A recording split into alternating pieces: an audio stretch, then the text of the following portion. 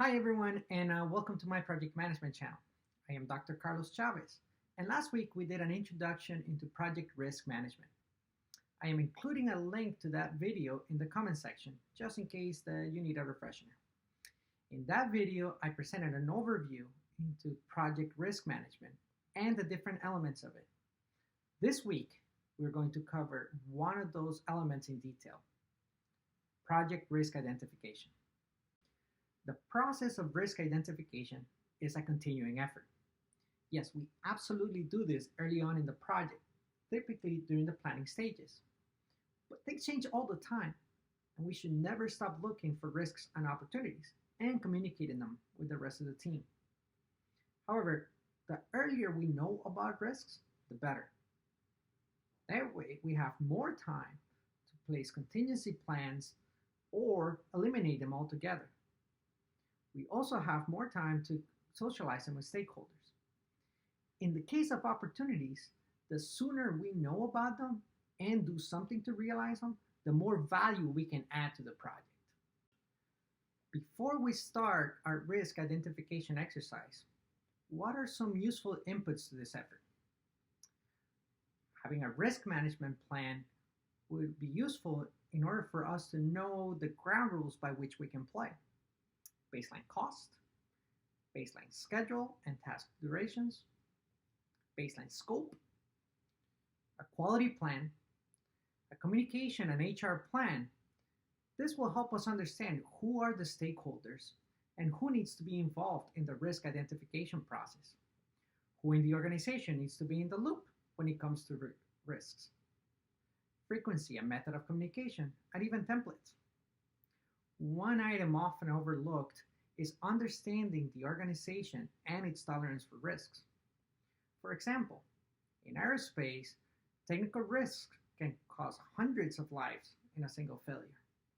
Similarly, in the financial sector, uh, risk can represent millions or even billions of dollars lost. So those industries tend to be significantly more conservative when it comes to risks versus, let's say, software, where issues with a product are handled through patches or updates to current versions. With those inputs in mind, there are many ways through which we can identify risks. The team or a sub-team of experts and stakeholders can review the documents that are submitted as part of the inputs that we just discussed. In that review, we want the team to understand the plans, assumptions, requirements, technology available, contracts, and during that review, we want them to be as thorough as possible and risks will just pop out. For example, let's assume that the project goal is to increase production capacity at a manufacturing facility in 24 months. And while reviewing the contracts and RFPs for the equipment that is supposed to be installed and certified, the timeline provided by the manufacturer shows 25 months out. Other risks might not be as clear as the example I just highlighted. Then other risk gathering methods are more appropriate. Brainstorming sessions, for example. That can be accomplished through a series of meetings or workshops, depending on how many items we need to analyze. Generally, we have a meeting lead, and the teams bring up ideas for risk or opportunities, and that lead documents them on a whiteboard, or even the individuals write them down on a sticky note and post them on a wall or a whiteboard. Then those ideas are briefly discussed and analyzed.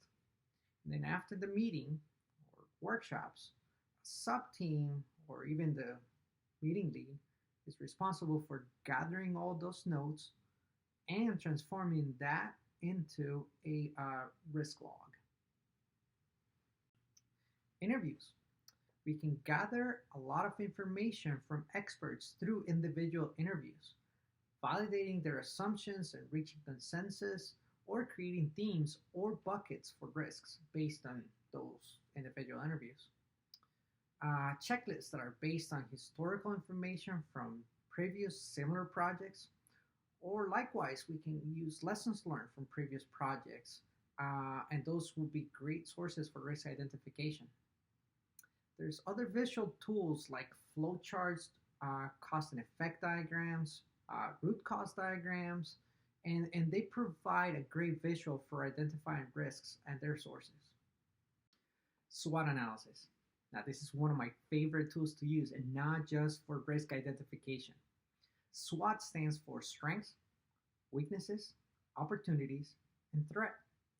Now, what I like about this tool is that it forces the project team to look at both risks and opportunities, and it takes an internal and external perspective. So the way it works is you look at strengths and weaknesses within the project team or organization, which drive risks and opportunities based on internal and external factors. For instance, let's say that one of the strengths is that the organization has a large engineering team which can perform all the technical tasks. Therefore, that can drive an opportunity of completing those technical tasks ahead of time.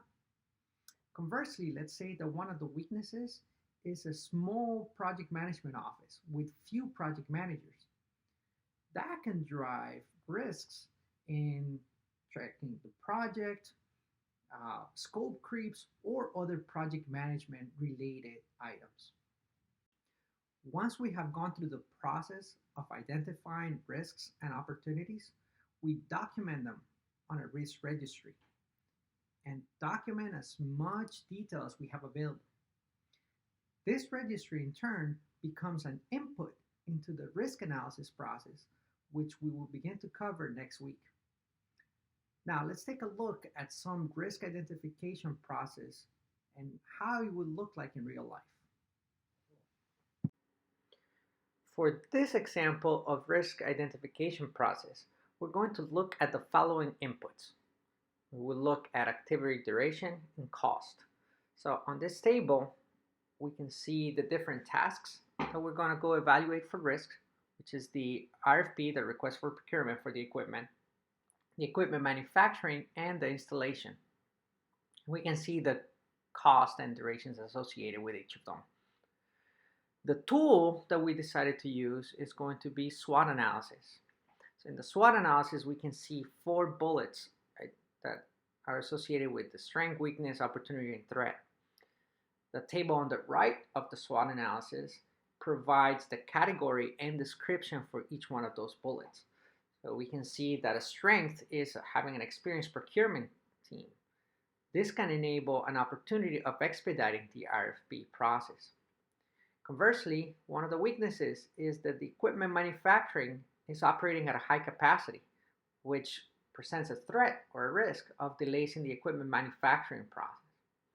So we can have our output, which is our risk registry, where we have that risk 1 to 3, which is the delays in the equipment, and we have an opportunity 1 to 4, which is expediting the equipment RFP process. Let's wrap up today's video with some classroom type problems on risk identification.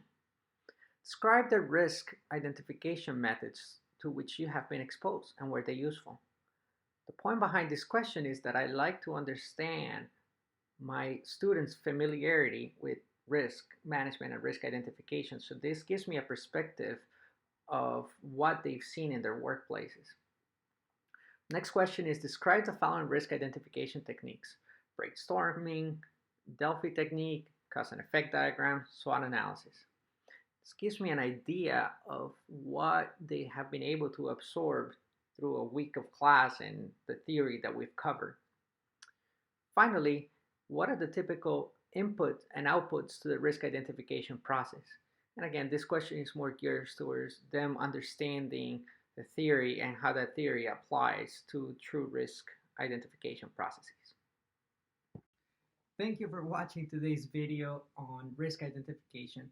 I hope it was useful. Stay tuned for next week's video where we will cover qualitative risk analysis. If you like this video, don't forget to hit the like button and subscribe to this channel to keep watching future videos on risk and project management.